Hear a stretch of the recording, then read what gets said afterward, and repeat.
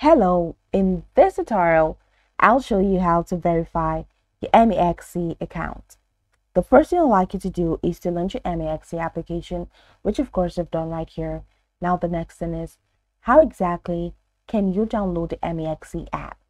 You can get it on Google Play Store or Apple Store, depending on the device that you use. Launch any of these applications and locate the search bar. In the search bar, go ahead and type MEXC and follow through the on-screen instructions to install. After installing the application, it's going to take you right into the sign up page.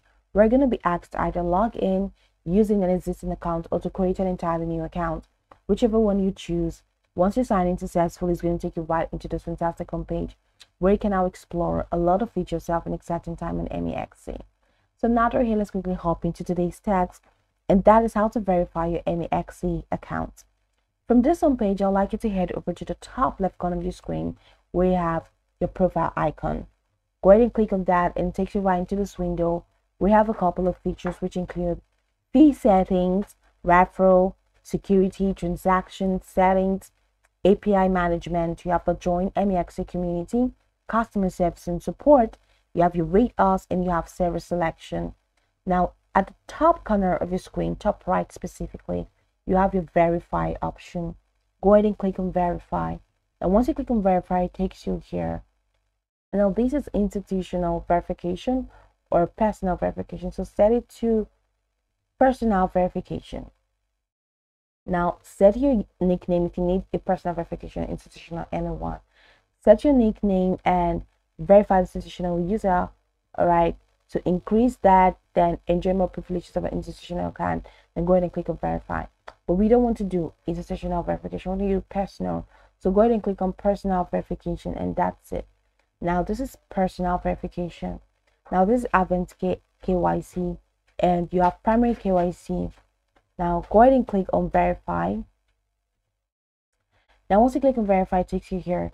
Now select the document issuing the country. Select your document issuing country rather. So let's say I'm choosing Nigeria. Now you have those options: your driving license, ID card, or passport. Select any of that. So let's say I'm using my ID card. I clicked on continue. Now you need to allow camera permission to complete the KYC. That's the advanced KYC. Go ahead and click on authorize.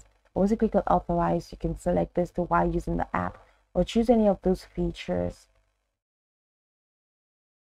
Now I'm a resident of or live in.